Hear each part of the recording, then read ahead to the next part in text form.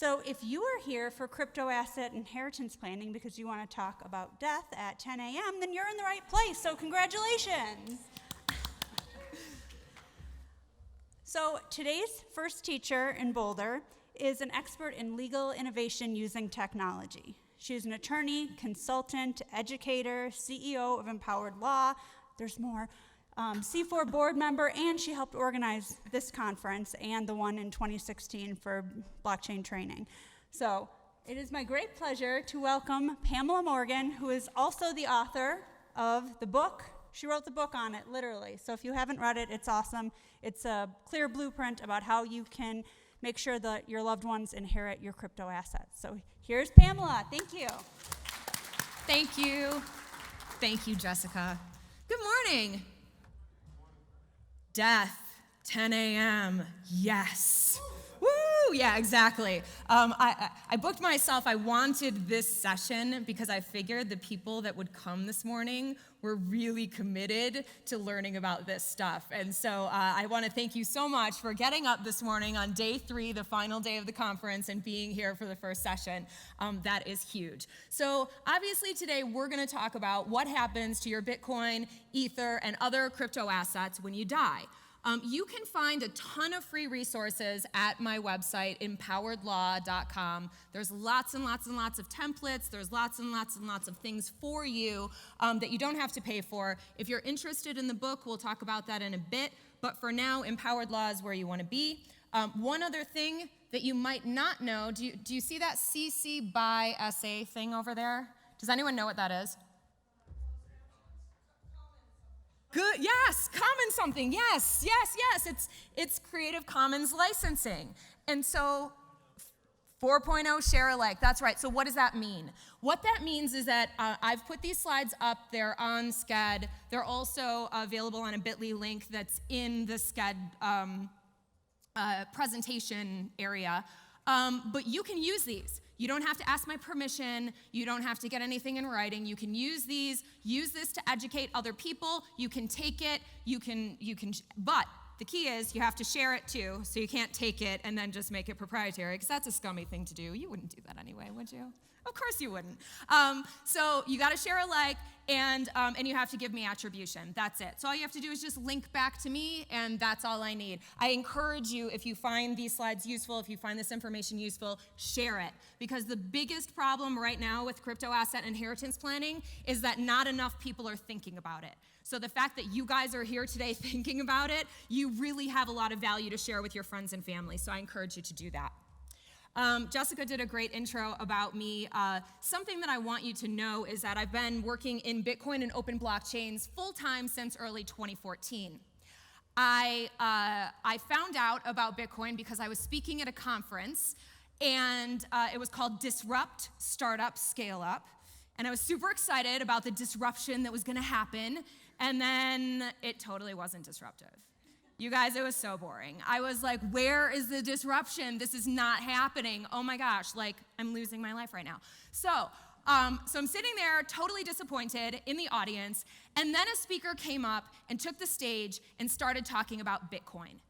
And I remember thinking to myself, wow, not only can this person really explain Bitcoin, but if half of what this person says is true, this might actually have the potential to change the world. And I want to know more about it. All of you in this room probably know the person I'm talking about. It's actually Andreas M. Antonopoulos, and that's how I first found out about Bitcoin. And I left that conference, and for 2 months, I studied Bitcoin nonstop. After 2 months, I quit my full-time job and decided that I was going to make a career for myself, and that's what I've done. So for those of you who are here and looking for career changes, I just want you to know it's possible. Come with us. Okay, that's my plug, okay? All right, now, back to death. As Jessica mentioned, I did write a book. It's called Cryptoasset Inheritance Planning. It intentionally has this name that's kind of standoffish. It doesn't say Bitcoin. The reason is because this was published right after the run-up in 2017. And I didn't want people to buy it thinking that they were going to get a get-rich-quick scheme. So I intentionally called it Cryptoasset Inheritance Planning so that people would self-select. Oh, did I not put that there's a quiz in this session? I think I didn't put that. Would you have come if you had known it's a quiz? Okay, so question number 1. If you die without a will, sometimes that's called a testament or a trust. Who decides who gets what? So how many of you are A? You've actually never thought about it or you have no idea who decides? One honest soul in the room, thank you. 2, there we go.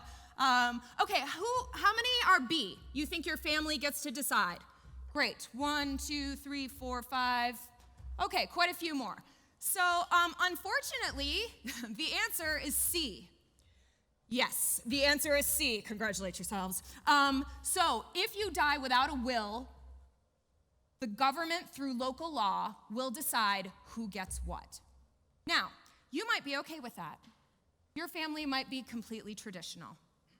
But if you have a non-traditional family, or if you don't want the government to decide, then you have to do something. Question 2.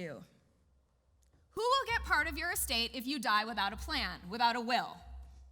So this slide is here to explain that these laws, they're called intestacy laws. And the laws of intestacy mean that if you die without a will, you die intestate. That's the term, that's a legal term that we use. And so if you die intestate, the local law applies. And unfortunately, you guys, these laws were written decades, sometimes centuries ago. And so what does that mean for you? What that means is that they only honor blood relation. They don't honor the kinds of families that we have today, which many of us have families by choice, right? Many of us go beyond just a blood relation, and we have people who we would like to have inherit from us. And if that's you, if you have a cohabitation partner, if you have children through marriage, if you want to leave something to your best friend or your cousin or your favorite political cause or charity, you need to write a will. You need to have a will or a testament in place. All right, dig deep. Here's the honesty. Are you ready? Currently, the inheritance of your cryptocurrency depends on A, friend or family member who knows your password and has copies of your keys. There we go. Okay, probably a quarter of the audience. Thank you. And B, who is family remembering what I've told them in a sticky note or password book? You're in good company, okay? There's a lot of people who have that sticky note or a password book like slid in. Okay, how about the immortality plan, C? Very good. I see some of you are going for 2. Well done. So the immortality plan we're going to talk about in a second. Who has a detailed, documented, and tested plan? 1, 2, 3, 4, 5. Congratulations. Thank you. I did a poll on Twitter when I was writing my book. I wanted to know from the crypto Twitterverse, what estate planning is happening. And so you'll see that for those of you who are here, you actually represent Twitter as well, because 55% of people are planning to live forever. They too are going with the immortality plan. And I don't want to ruin this for you, okay? But it's highly unlikely that that plan's going to work out. And even if it does, it doesn't hurt to make a backup plan, right? You back up your seeds, you back up your wallets. Let's maybe have a backup to the immortality plan. Immortality doesn't work. How many of you have heard of Matthew Mellon? Very good. So for those of you who have not, Matthew Mellon was a banking billionaire. He inherited a trust fund and he had some troubles, some financial troubles. And he took $2 million and he invested it in Ripple. Now, whether or not you like Ripple, that's irrelevant for the story. What happened was he invested $2 million in Ripple, and at the time of his death, that was valued at about $500 million to $1 billion, depending on which exchange and what time period you're looking at. Now, the unfortunate thing, there's a link here, you can read the article. The unfortunate thing is that Matthew, like many of us, was super paranoid about people stealing his crypto. And so what he did was he took his private keys and he littered them about the world in safe deposit boxes. Isn't that great? His family cannot find them, you guys. His family now knows that there's this fortune out there and they can't access it. How do you think they're feeling mentally? Bit troubled, angry, paranoid, scared? Don't do that to your family. Don't do that to your family. That's why we're here today, so that you can make a plan so that you won't leave your family in this sort of situation. So we know that we need to do something. So why don't we? Why don't we plan? I talk to people all around the world about estate planning for cryptocurrencies. And I hear again and again and again the same things. I hear things like, I'll have to hire a lawyer. Do we have any lawyers in the room other than me? Okay, so we can be open and honest, right? Nobody wants to hire a lawyer, right? Right, nobody wants to hire a lawyer. One, you're afraid it's gonna be expensive. Two, you're not really sure like what you should do or how you should do it.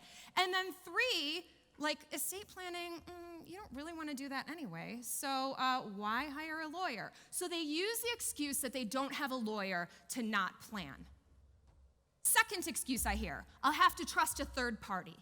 So they think that the idea is that if you're doing inheritance planning, that what you're actually gonna do is give your private keys to the lawyer that you didn't wanna hire in the first place, okay? That is not at all what cryptoasset inheritance planning is. You would not trust a third party with your assets. The whole point of this is to create a plan that is not dependent on a single third party, okay? Third problem we hear, increased risk of theft.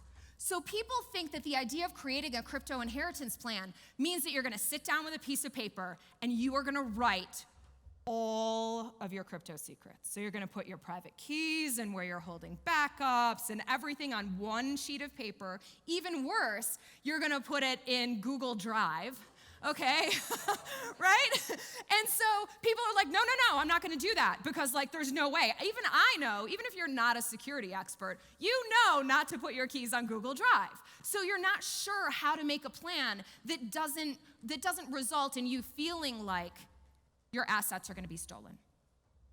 Finally, I hear a lot of times, well, I don't have that much. The value's too low to plan. It's not worth taking my time to do. Now, how many of you have looked at the price today? Yeah? Okay, so down and up, like our typical roller coaster. How many of you have seen the roller coasters up and down for a while now? Yeah, okay, great, everyone. So welcome. So you know that just because the value is low today doesn't mean that it's gonna be low tomorrow. In, what was it like, I don't know, about October 2017, I started getting frantic messages on crypto Twitter. And it kept going, and it kept going, and it kept going. People were emailing me through my website and being like, is there any way you could help me? Because it turns out now my crypto assets are worth like 50% of my net worth, right? Because we saw the value of Bitcoin go up and up and up and up. And all of a sudden, these things that we didn't really care about, these assets that we kept on our phone, that we were like, it's play money. All of a sudden, it became real money. It became real value. And it became a real thing that your family might benefit from. And so I got a lot of talk about, oh my gosh, we need to do some planning.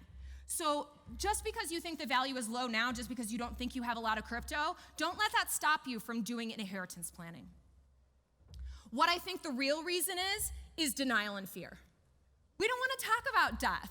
We want to deny it, right? We want the immortality plan. Let's talk about anything other than that, okay? I'll wash the dishes, I'll do the laundry, I'll clean the bathroom, like anything to not do the inheritance planning to-do item on your list. The reality is that we're probably all gonna die. So denial and fear doesn't work. There are a number of ways that you can think about things. You don't have to be locked into thinking about inheritance planning as like, oh, this is me and I'm gonna die and I'm gonna think about what happens when I die, blah, blah, blah. Yes, it's that, but it doesn't have to be just that. There are other ways that you can think about this to help trick your brain into making it be something that you actually wanna do. So I'm gonna share a few things with you. One, you could look at this as if you're giving a gift. Think about your loved ones for a minute. Think about the people who you might wanna give a gift to. Think about how happy they would be if they got your crypto holdings right now. Don't think about them liquidating it and buying a Lambo. okay? Don't go that far. So you can think about this as giving a gift. It's one way to make estate planning and inheritance planning kind of suck less. You can think about it in that way. You can also look at it like a security makeover. How many of you have backed up your crypto wallets? Great. How many of you have looked at the backup location in the last month? Oh, very good. Many more than I thought. For those of you who have not, doing inheritance planning allows you to go back to those backups and make sure that they're still there. For those of you that have backups and that you've looked at in the last month, how many of you have tested to see if they actually work? Exactly. So fewer and fewer and fewer. So you can look at inheritance planning as a way to get you to do the things that you know you should be doing anyway. So you can think of it as a security makeover. How many of you are familiar with this I forgot my PIN, the epic tale of losing $30,000 in Bitcoin article from Wire? It was so good. Okay, so for those of you that don't know the story, Mark Fraunfelder is a co-author of Boing Boing. And if you're not familiar with Boing Boing, it's like a nerd fest online stuff. It's great. I love it. You should check it out. But Mark got interested in cryptocurrency. And so he got a Trezor, and he did what most people do who aren't super, super technical and in crypto 24/7. So what he did was he got some Bitcoin and he put it on his Trezor, and then he wrote a backup and he put it on his desk. So he just left the seed words on his desk because he's like, it's my home, it's safe, it's fine. Well, what happened was they had someone come in and clean the house. You know where this is going, right? And so the person just saw what looked like scribble and threw away the seed. Okay, now you're thinking, those of you that have dealt with hardware wallets, you're like, it's cool, it's okay, don't worry, because he still has the Trezor, right? Except he forgot his PIN. Uh-oh. So what happens with many hardware wallets, Trezor included, is it has a security device. It has a security feature built in. And what happens is, if you put your PIN in and it works, no problem, it unlocks. If you put the wrong PIN in, it makes you wait double the time. Yeah, exactly. I heard a yes, exactly. Okay, so what happened was he kept putting the wrong PIN in, thinking that he was gonna remember it, right? He's like, it's gotta be one of these combos. And he ended up getting locked out for like 2 months, and the beauty of this is you actually have to leave the Trezor plugged in so it does the countdown, because as soon as you unplug it, the memory's gone. It has no outside power. So he got to the point where he was gonna have to wait 2 months to try the PIN again, and he's like, oh my God, what am I gonna do? I've lost this 30 grand. So he reached out to a bunch of people in the industry. He was actually able to find, at this point in time, there was a bug in the Trezor. And it was a bug that actually they were able to exploit by using some security researchers and getting a whole bunch of people involved. The article is great. But basically they were able to use that exploit in order to access that money on the Trezor, to access the BTC. You're like, why is she telling me about this now, right? The reason I'm telling you about this now is because it's important to know now if you can't actually access your backups, if you can't actually access your Trezor. Because guess what? Mark Fraunfelder was able to do this because A, he was in crypto, B, he had a lot of connections. Your family, not so much, right? If this happens to them, it's highly unlikely that they're going to take a few months and try and find some experts and do the exploit, right? The reality is they're gonna go, oh, it's lost forever. Or they're gonna give that Trezor to someone else, and then they're going to find the 30 grand, right? So the reality is that it's very, very important that you're looking at your backups. Finally, you can think of this as a treasure hunt, right? Except one that actually ends in happiness instead of tears. Don't do a Matthew Mellon to your family, okay? Don't have them searching frantically to find Bitcoin. The other thing is many of your family members will think that because you have Bitcoin or Ether or cryptocurrency, that you have way more than maybe what you might have. Okay, so you don't want them spending a ton of time and a ton of effort searching for cryptocurrencies that maybe you didn't actually have. So where do we start? What do we do? Why do you have those things in front of you? We're getting to that. As I mentioned before, I have a bunch of free resources available on my website, and 2 of them that I would recommend you start with is a cryptocurrency inventory and the letter to loved ones template, and I'm going to show you those right now. But before I do, I want you to remember something very, very important. Perfection is an illusion. Something today is better than nothing today. Okay? A lot of times we don't do planning because we think it has to be perfect, because we think we have to have every seed in there, because we think we have to have every currency in there. And the reality is that it's almost impossible to write a plan that will allow your heirs and your loved ones to access your Bitcoin diamond. Right? So think about or gold or whatever you want to say. The idea is, perfection is an illusion. Think about what you actually have that you value today. 80-20 rule, right? 80%.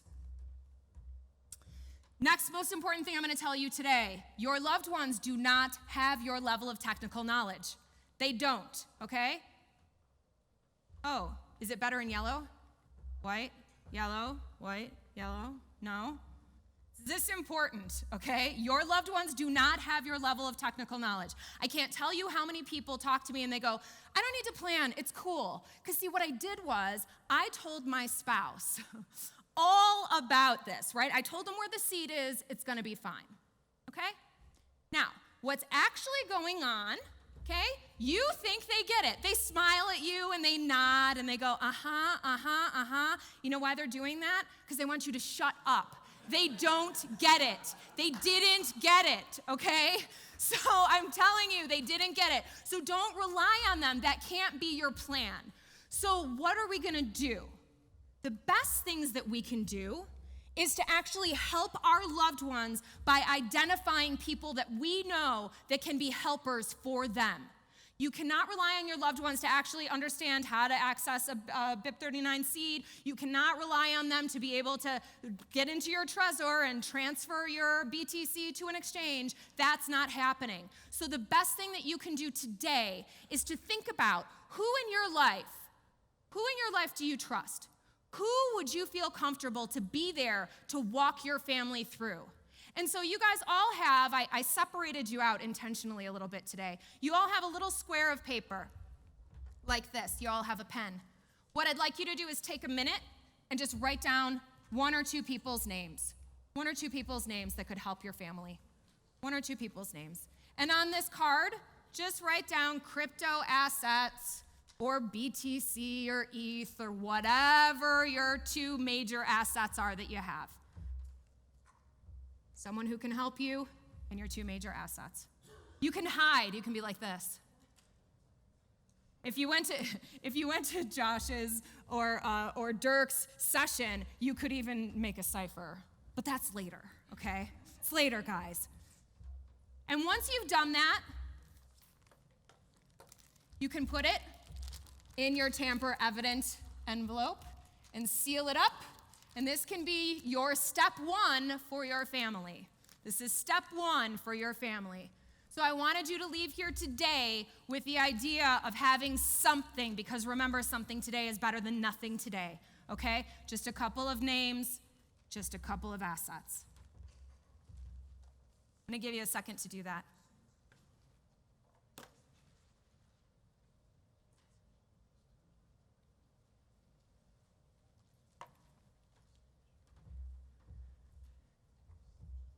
How we doing?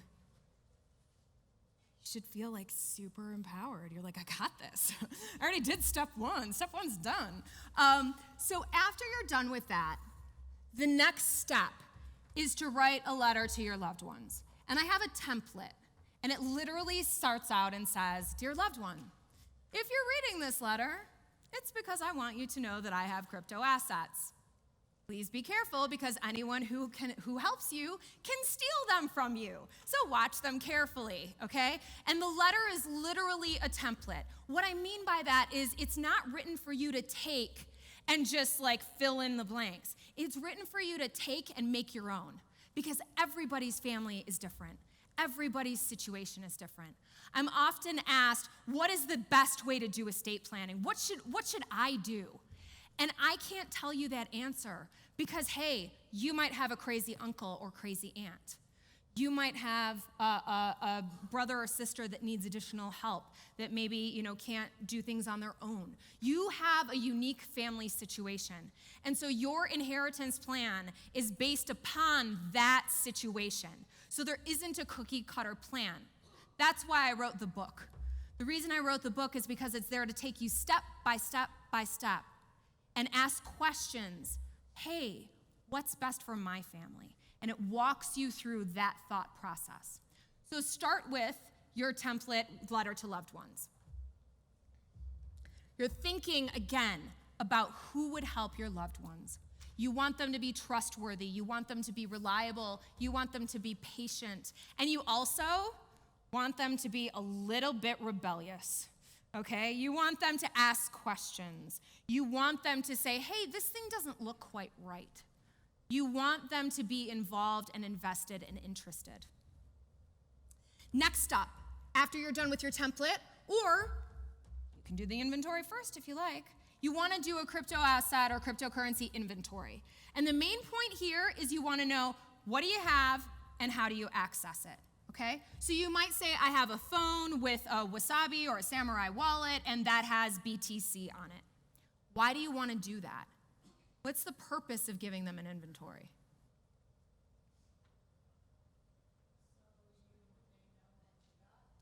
So they know what you've got, so they know what you don't have, and so they don't throw away your keys. Okay, you don't want them to throw away your keys. If you have cryptocurrency sitting on your phone and they go, oh, we don't need this anymore, right? If you have keys that are sitting here, do you want them to be 100% reliant on your backups? No, redundancy is better, right? It's better to make sure that you've transferred the cryptocurrency before they wipe the phone, before they wipe your laptop, before they give it away to other people. So you want them to be able to do this and not give away your keys. I did another Twitter poll, and I asked people how many assets they have, how many crypto assets they have. And not shockingly, this was in the middle of the ICO boom. How many of you were around for that? Very good. Many of you were. Okay, so the idea is when the ICO boom happened, we all ended up with all of these coins, and there were airdrops and all sorts of things. We ended up with coins we didn't even want. We have coins we don't even know about, you guys. So I wanted to know how many crypto assets people have. And most people have had at least two. So you've got the big two, right? You've got Bitcoin, you've got Ether, maybe some of you have Ripple, you've got, some in the top 10. You might want to consider on your inventory sheet starting out with just the big ones that you hold. And when I say big, obviously I mean that's relative to whatever your holdings are, okay? So if you've got Bitcoin listed, if you've got Ether listed, if you've got, XRP or something else, Monero for sure list. But the idea is you want to list it so that your family knows that it exists. I am not a big fan of listing how much. So you wouldn't want to put, I have 1 Bitcoin. Anyone have an idea of why not? Yeah, why not? Oh yeah, it could make you a target, but why? Yeah, absolutely, depending on who you share this with, right? No Google Drive. Yeah. Yes, your family might have no idea what does 1 Bitcoin mean. And what happens if you decide to sell part of that Bitcoin? So you write down in your inventory, I have 1 Bitcoin. And then you're like, hey, I want to get something. So you sell half the Bitcoin, right? So now you have a half a Bitcoin.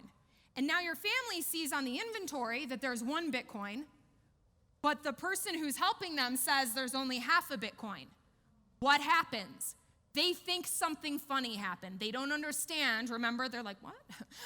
They don't understand how Bitcoin works. And so we don't want to put that onus on them when they're grieving, when they're having a hard time anyway, right? That is not the time they want to learn about cryptocurrency. Yeah? Believe me, it's not. So if you put that you have 1 Bitcoin and then there's only half left, now they think that either a family member stole it or the helper stole it or they're very confused, they don't know what to do. So I'm not a big fan of that. That said, if you have cold storage holdings that you know you're not going to touch and you're sure you're not going to touch it, it's okay to put an amount, right? It's okay. It really depends on your situation. Again, this is all situation dependent. But if you do decide to put an amount, make sure that every time you take money out of that cold storage, you go back and update that inventory. It's a 2-step process in your mind, right? Touch the cold storage, update the inventory. Touch the cold storage, even put a note on your cold storage seeds, right? Even a sticky note. That's where a sticky note can come in handy, right? Something to remind you to update that inventory. So today we talked about the basics of getting your plan done. We want to get your plan done. And what that means is perfection not required. We want to get down as much as we can, as fast as we can, because we never know what's going to happen. Then once we have our plan, we can make it better, we can make it legal, and we can keep it fresh. And so the idea of keeping it fresh is just, unfortunately, estate planning isn't a one and done. It's not the kind of thing that you can just, okay, now I've done this. It's something that you need to revisit periodically, at least once a year. So, how are we doing? Well, okay, good. We're going to talk very quickly about smart contracts in estate planning. And the reason I could just skip this whole part and just be like, no. But I feel like you might want more of an explanation. So, smart contracts are not ready for estate planning, and there's a number of different reasons. One of them is that at the asset distribution, right, getting your cryptocurrency to your loved one, actually transferring from wallet A to wallet B, is not a problem. We know how to do that. That's not the issue in estate planning. The issue in cryptocurrency estate planning is who has those keys, who's facilitating the transfer, is it legal, are we sending it to a wallet that your heirs actually still control, can they control it, can they liquidate it, can they hold it, right? None of these things are solved by smart contracts. Also, if you take and put your assets into a smart contract and you transfer to this address or this other smart contract, you may have a problem with a conflict in legality. So for example, if I transfer all of my assets to my best friend, remember my best friend isn't entitled to take any of my assets, right? If I don't have a will. So what happens? Lawsuits. Because the money goes immediately with a smart contract to my best friend, and then my family's like, what? Wait a minute. What about us? Legally, we're entitled to that Bitcoin. And so now you have lawyers involved, you have court cases involved, and you have a lot of bad feelings. If you guys want to get really sad, go online and look at estate planning or estates that have ruined families. If you Google that, you will find that this is pretty common. When people die, they have grief, and they have these ideas about entitlement, and these sorts of things can tear families apart, okay? Don't do that to your family. You don't need to. Yeah.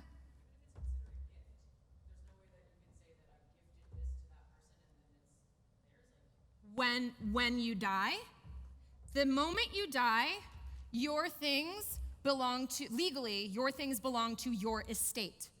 And so the moment you die, from a legal perspective, you would no longer have the ability to give a gift, right? Now, if you wrote in your will, I want to give all of this to my best friend, you're good, right? But most people see smart contracts as separate from legal contracts. So you can do whatever you want, generally speaking, as long as you write a will or you do a testament, then you can have the technology supplement that. But a smart contract on its own will lead to problems, generally. Does that answer your question? Great. Okay, smart bill platforms don't actually make things easier. Why not? Well, because the platforms are totally new, and you have to trust them. Most of these platforms are not actually decentralized. They're using some sort of blockchain. They have the B word, so everyone's like, ooh, yeah, and they add smart contracts, yes, and they sell it as like, hey, you don't need lawyers. Our platform is going to facilitate this for you. And you're like, yes, yes, yes. Check, check, check. Okay?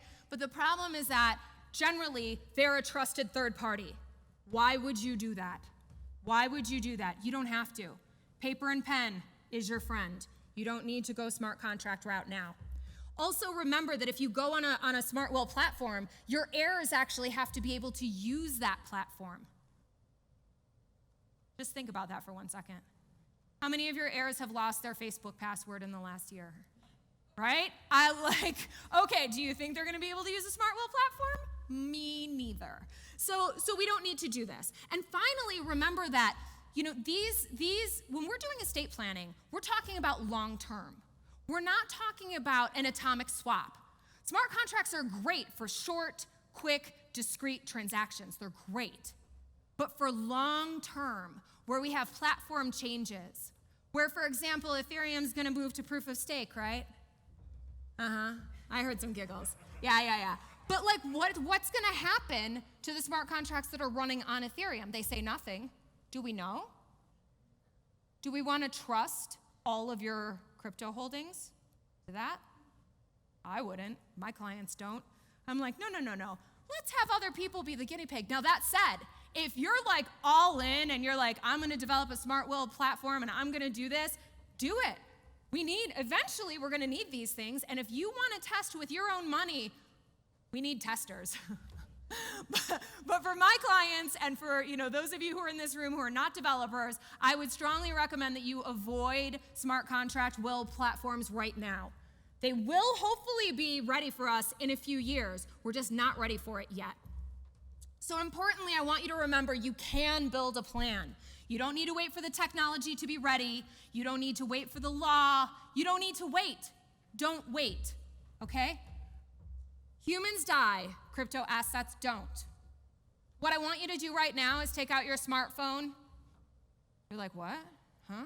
Take out your smartphone. It's okay. Or if you don't have one or you don't want to, take your piece of paper and write down a reminder for you to come and revisit this next weekend. Put a 60-minute block in your calendar, 30-minute block. I'll take 30. I'll even take 15 minutes in your calendar next weekend to come back to this topic, because we've learned so much over the past 2 days, and you've got more to learn today. And I guarantee you that right now you're amped and you know that you have to do this. But what's gonna happen is you're gonna go to the next session, you're gonna go to the next session, and we're gonna do team trivia, and it's gonna be awesome.